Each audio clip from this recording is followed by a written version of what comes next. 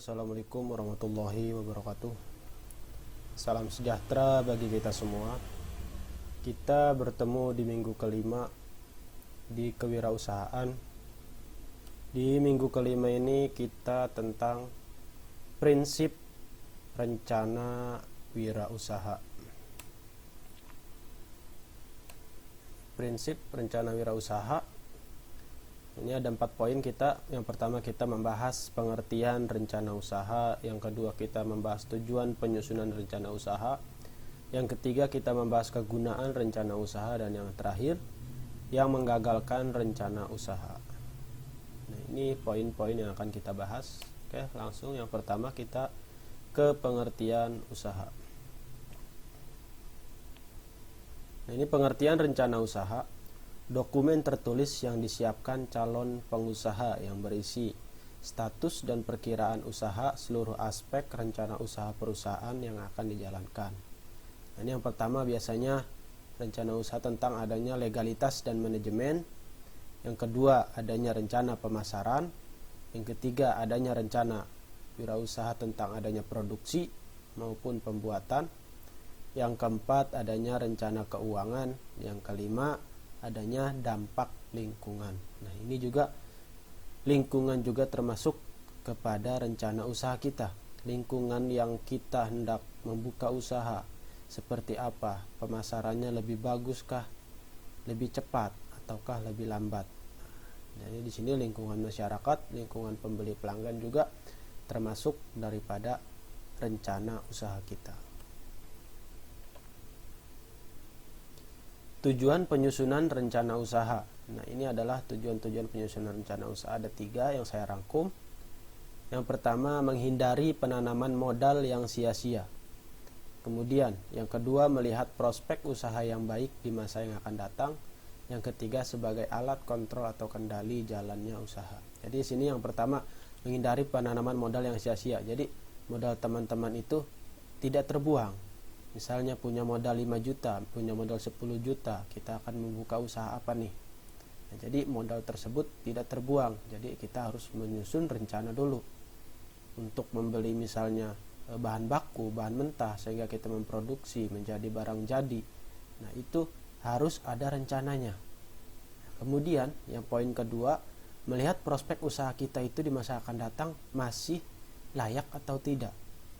Nah, kita harus rencanakan dari sekarang. Nah, misalnya kita usaha kecil-kecilan sekarang, apakah nanti 2 tahun yang akan datang, 5 tahun yang akan datang, usaha kita akan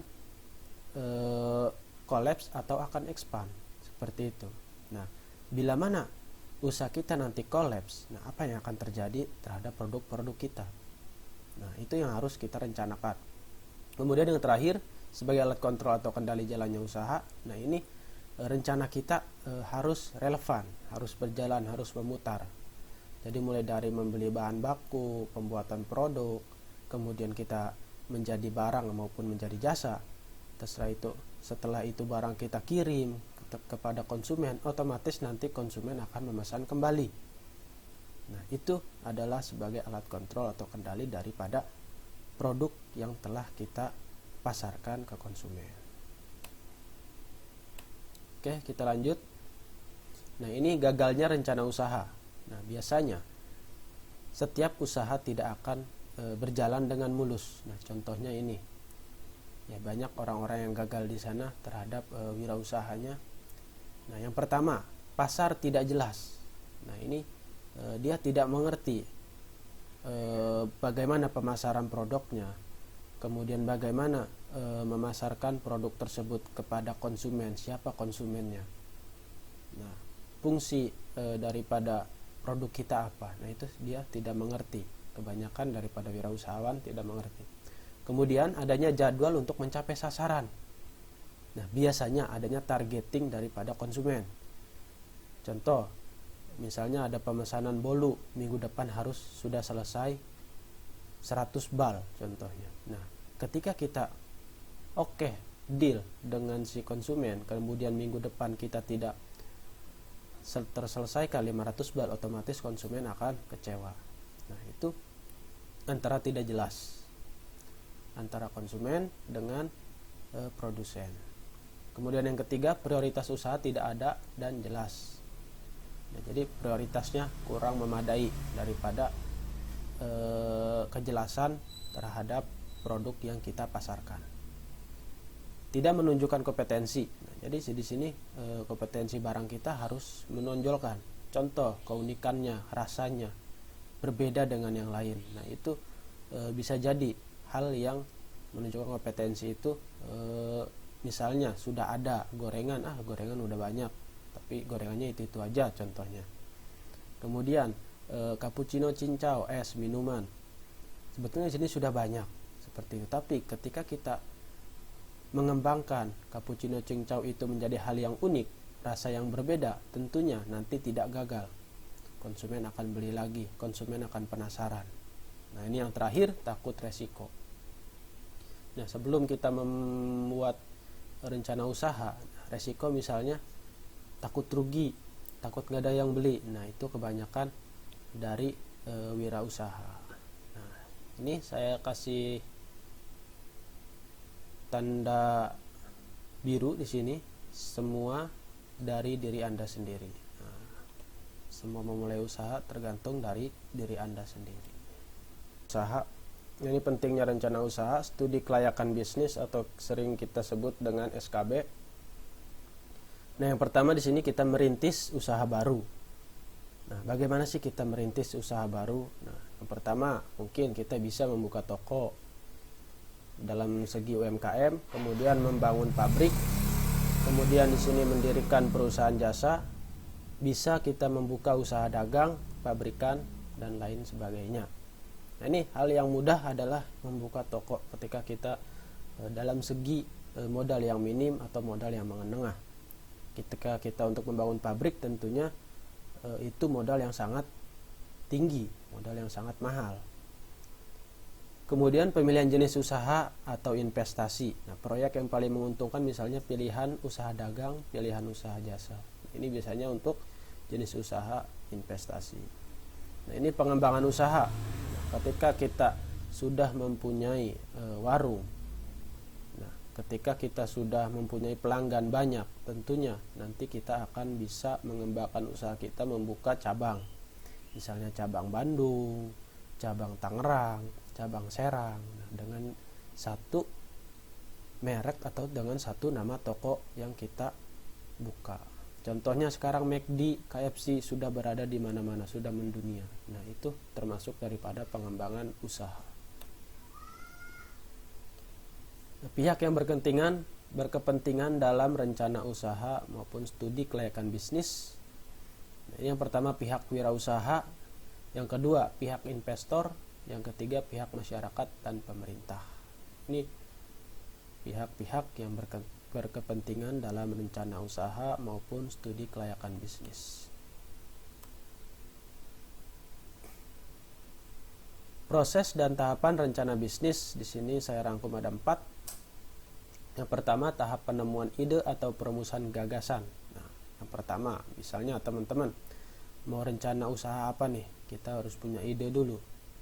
Kita harus punya gagasan.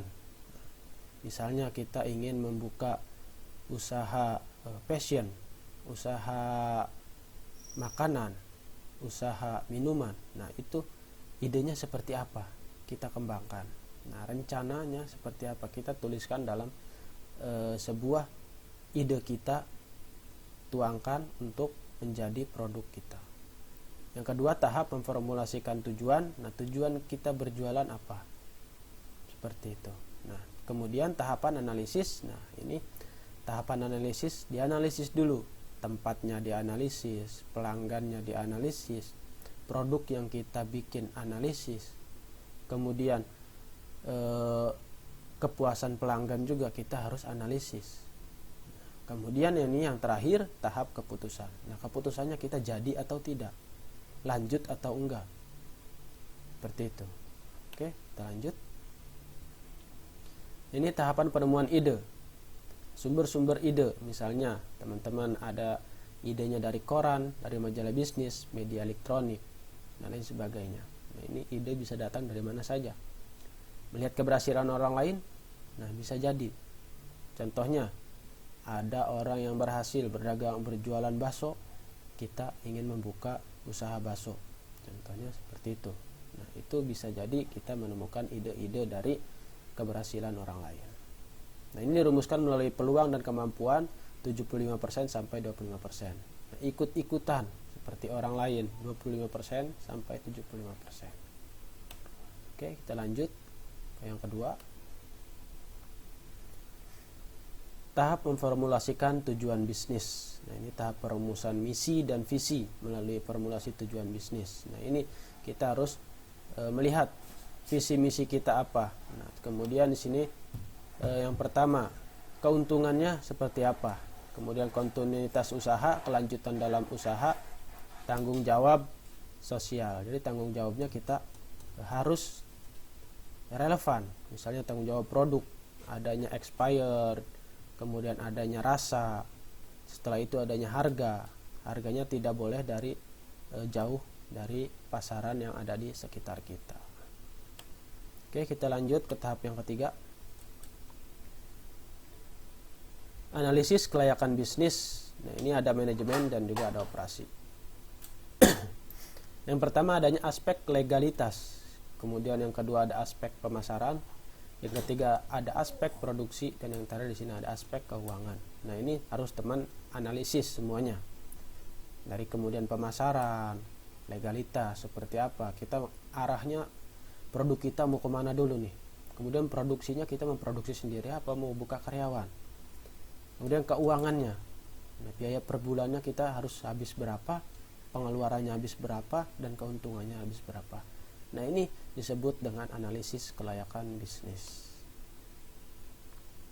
Lanjut tahap yang terakhir, ini tahap keputusan.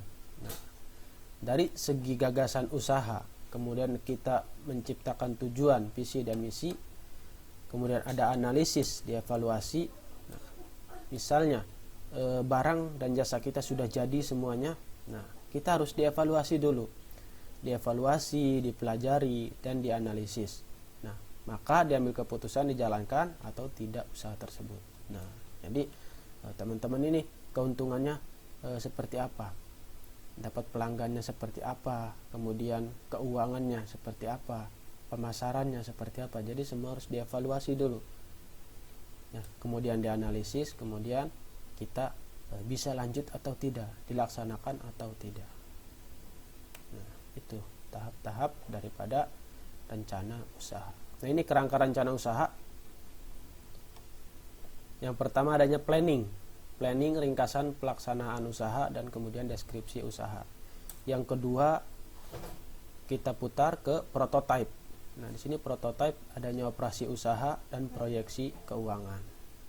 Nah, ini yang ketiga adanya evaluasi, strategi pasar, manajemen, dan pengelolaan. Nah, setelah evaluasi kita revisi. Apakah strategi pasar kita jelek? Apakah manajemen kita jelek? Apakah pelayanan kita jelek, kurang memuaskan dari konsumen? Nah, ini kita yang terakhir adanya revisi. Produk dan jasa yang dijual, analisa pasar. Nah, setelah kita revisi, kita kembali ke planning, kita ke prototype, kita evaluasi lagi, kita revisi lagi. Nah, ini perlu teman-teman garis bawahi, rencana usaha yang baik perlu diadakan suatu evaluasi. Oke, ini kerangka rencana usaha. Nah, ini isi rencana usaha pada umumnya adalah sebagai berikut. Nah, profil usaha, deskripsi dan keunggulan produk, peta persaingannya, strategi pemasaran, yang kita punya tim, target penjualan, kebutuhan investasi, dan yang terakhir adanya penutup. Nah, ini teman-teman untuk menulis rencana usaha. Nah, ini kunci-kunci untuk menjadi wirausaha untuk teman-teman. Yang pertama kita harus punya dream, kemudian kedua harus punya passion, yang ketiga harus confidence, yang keempat harus satisfaction daripada konsumen maupun daripada diri sendiri, dan ini yang kelima adanya leadership, kemudian yang terakhir ada innovation. Oke, ini kunci-kunci untuk menjadi wirausaha dan yang sedang menjalankan usaha. Oke, mungkin itu saja yang dapat saya sampaikan di pertemuan kelima ini. Bila mana ada pertanyaan-pertanyaan, bisa teman-teman komen di Google Classroom maupun di WhatsApp saya. Nanti tugas-tugas akan saya upload di Google Classroom.